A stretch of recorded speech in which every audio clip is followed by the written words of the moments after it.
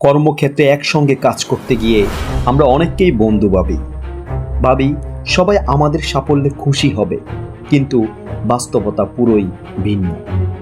আপনার ভালো কাজ, আপনার সাফল্য সবাই দেখে, কেউ বাহবা দেয়, কেউ মুখে মিষ্টি কথা বলে, কিন্তু মনে মনে অনেকেই চায় আপনি যেন তাদের চাপিয়ে যেতে না পারেন।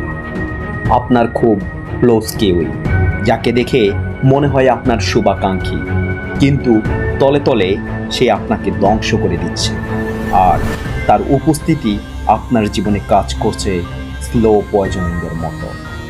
এই ধরনের মানুষগুলো আপনার জন্য টক্সিক। কিভাবে বুঝবেন যে কেউই আপনার জন্য টক্সিক? টক্সিক মানুষ এমনভাবে সমালোচনা করে যেন আপনি কোনো কিছুই জানেন না, কোনো কিছুই পারেন না। আপনার ভালো কাজেও সে ভুল খুঁজে নেয়। মজার ব্যাপার হলো, এই সমালোচনা মোটেও গঠনমূলক নয়, বরং সে আপনাকে ছোট করার জন্যই এটা করে। আপনার সাফল্য দেখলে সে কখনোই আনন্দিত হয় না, বরং ঈর্ষান্বিত হয়। আপনার অর্জনকে হালকা করে দেখা, আপনাকে নিয়ে হাসি তামাশা করা তার অভ্যাস।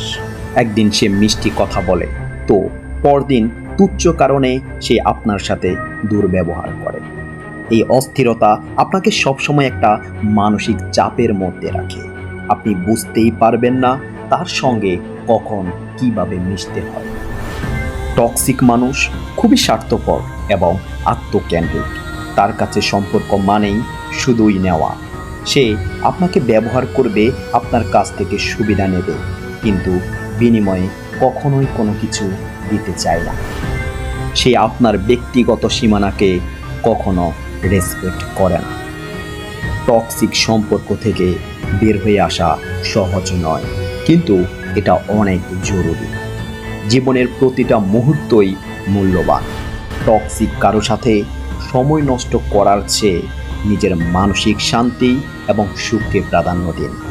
মনে রাখবেন, যে আপনাকে ভালোবাসে সে কখনোই আপনাকে মানসিকভাবে বিপর্যস্ত করে তুলবে না।